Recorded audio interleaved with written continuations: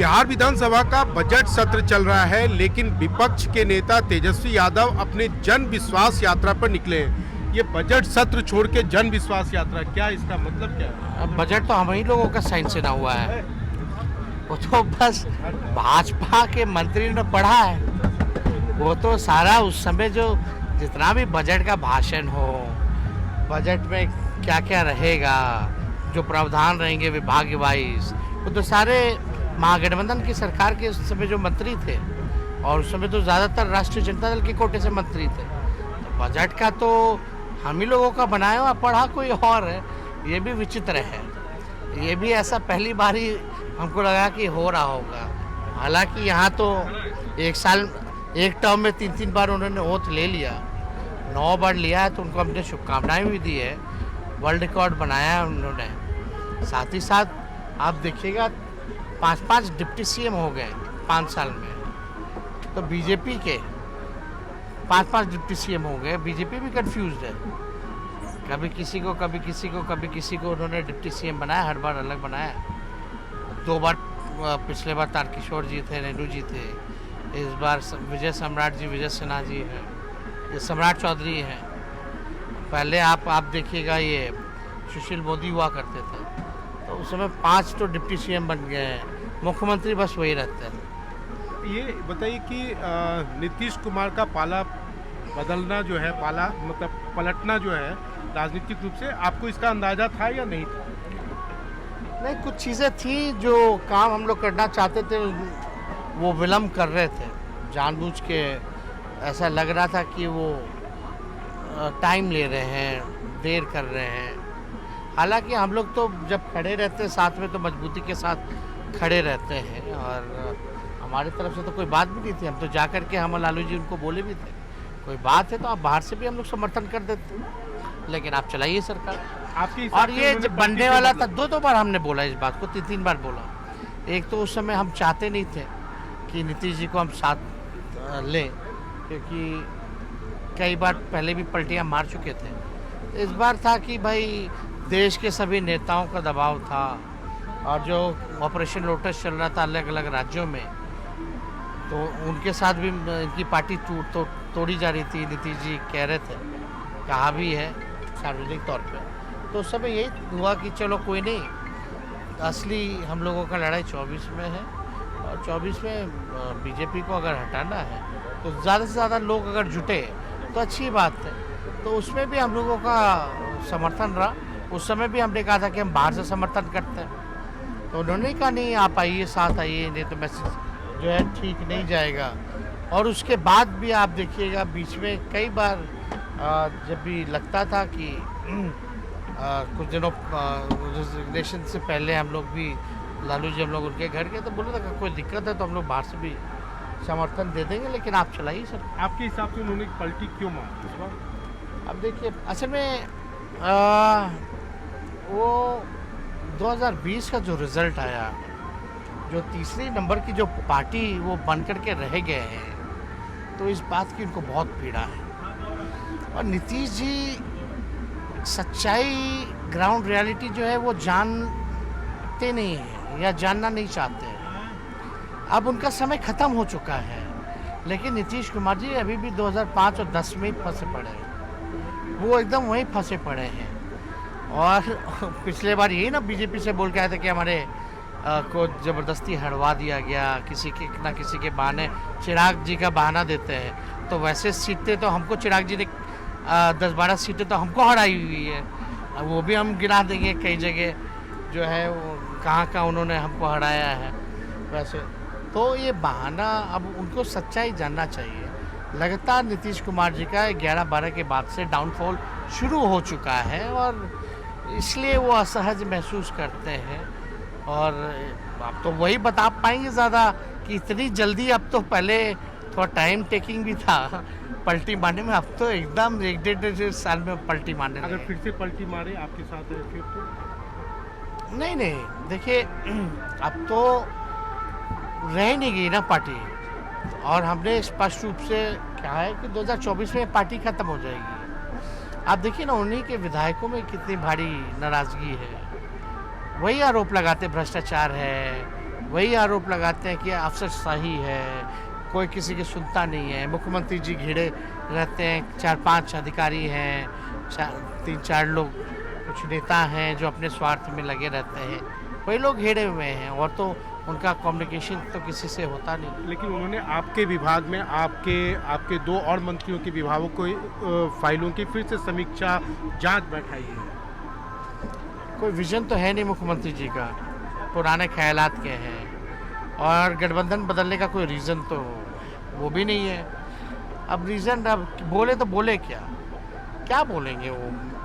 पिछले बार था तो बोलते थे एक्सप्लेन कर दो, इस बार साथ आए हैं तो बोलते हैं कि बीजेपी जानबूझ के करता है, फंसाता है, देश भर में सबके साथ कर रहा है। मीडिया के लोगों को बोलते थे कब्जा हो गया है, और अभी जो है जांच करा तो जांच में तो वही निकलेगा कि नौकरियां दी, हमने विकास के काम किए, हमने आईटी पॉलिसी लाई, हम लोगों ने एमओयू इन्वेस्टर मीट में 50,000 करोड़ का करवाया, हमने टूरिज्म पॉलिसी लाई, हमने खेलोगे तो भी नौकरी पाओगे, पढ़ोगे तो भी नौकरी पाओगे, खिलाड़ी जो मेडल लाएंगे वो भी नौकरी पाएंगे, शिक्षा और स्वास्थ्य में बेहतर मिशन 60 का मिलेगा, यही सब फाइलें मिलेंगी, उनको काम का मिलेगा। तो बाकी हम तो पवित्र हैं, हमें कोई चीज़ का डर है नहीं। आपको डर नहीं लग रहा? कुछ गलत होगा तब तो। अच्छा मान लीजिए उनको लगता है कि हमने गड़बड़ किया, तो अब तक तो पता चल जाना चाहिए कि क्या चीज़ में गड़बड़ किया। वो समीक्षा क्या चीज़ बात की करेंगे? ये कहते मतलब पूरा फाइल दिखवाएंगे कि कहीं गड़बड़ है कि नहीं है। ऐसे में तो सबका करा देना चाहिए। अगर गड़बड़ किया तो एक पर्टिकुलर होगा ना कि हाँ भाई हमने ये गलती की। वो गलती क्या है जो जांच आप करा रहे हो? किसके कंप्लेंट पे करा रहे हो? अगर गलती होती तो कोई होता ना कंप्लेन करने वाला, स्कैम होता तो विसल ब्लोअर कोई होता तो, कोई अगर भ्रष्टाचार की बात थी तो खैर इनके पास है क्या? कुछ नहीं है तो इनकी सरकार है, अपना जांच भी कराएंगे, कुछ भी करा सकते हैं, जांच तो चलता ही रहता है। उनके विधायकों की खरीद फरोख्त का मामला है, उसमें भी एक प्राथमिकी है। 3 विधायक जो हमारे थे उनको उधर बैठा लिया गया। ये संसदीय प्रणाली में अगर आप परंपरावाज देखें तो वोटिंग ऐसे नहीं होती है, और अगर ढंग से अगर बात की जाए तो ये पूरा जो इलेक्शन जो उस दिन ट्रस्ट वोट हुआ ये रद्द होना चाहिए। आप इन्फ्लुएंस कर रहे हो 3 लोगों को उधर बैठा करके। तो विधायक देखिए, तो सब विधायकों का आपने बयान तो सुना ही होगा, जो लोग भी उनके थे नहीं थे तो बयान तो आपने सुना ही होगा कि उनके विधायकों ने क्या क्या बोला है। तो स्थिति तो वही स्पष्ट हो जाती है। हमारे घर पे रात भर पुलिस भेजा गया, अब क्या डर था वो तो आप जानिए थे, सत्ता जाने का उनको डर था किसी भी कीमत पे जो है। वो तो हमको भी उठवाने का प्लान था, और हमारे साथ 8-10 और विधायक थे, उनको भी उठवाने का प्लान था। अब चेतन, ये प्लान क्या था?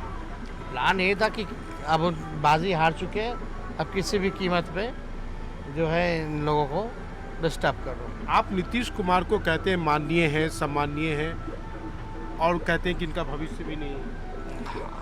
तो जाहिर सी बात है, जो ग्राउंड रियलिटी है, जो सच है वो तो हम बोलेंगे, लेकिन सच तो ये भी है, बुजुर्ग हैं, हमारे अभिभावक हैं, तो उनके प्रति तो सम्मान तो होगा ही ना। उनके नेतृत्व में अगर हमने काम किया है, 2 बार ओथ लिए हैं एज अ डिप्टी सीएम, तो हम लोग तो सम्मान तो करेंगे ही। लेकिन ये कहा जाता है कि आप जा रहे हैं, लोगों के बीच जा रहे हैं, लेकिन आरजेडी के पास अब माई के अलावा और कोई तीसरा वोट नहीं है। नहीं, बाप भी है हमारे पास। क्या है बात? बी से बहुजन, डबल ए आता है इसमें, अगड़े हो गए। पिछले बाई इलेक्शन में हमें वोट मिला, हमें एमएलसी वालों में अगड़ों का वोट मिला है, जीत करके आए हैं। और आज जो आधी आबादी है वो है, और जो पुअर है वो है। बी से बहुजन, पहले वाले ए से अगड़े, दूसरे वाले ए से आधी आबादी, और पी से पुअर, गरीब। तो माई के साथ साथ बाप भी है हमारे साथ, और जब बाप हम बोल रहे हैं तो A to Z हो गया। पूरी बहुजन आ गई, अगड़े आ गए, आधी आबादी आ गई और गरीब आ गया। तो ये तो A to Z हो गया। लेकिन आप इनको कैसे रिप्रेजेंटेशन देंगे, सरकार में आने के बाद या चुनाव के पहले? चुनाव के पहले आपके पास now you have a scientific आंकड़ा, यू हैव डेटा। आपके पास जाति आधारित गणना के बाद ये बहुत बड़ा एक फ़ायदा हुआ है ना। अब आपके पास आंकड़े हैं, कौन दिहाड़ी मजदूर है, किसके घर में नौकरी है, कौन भूमिहीन है, कौन भीख मांगता है, किसके पास घर नहीं है। तो उसी हिसाब से तो योजना बन रही थी।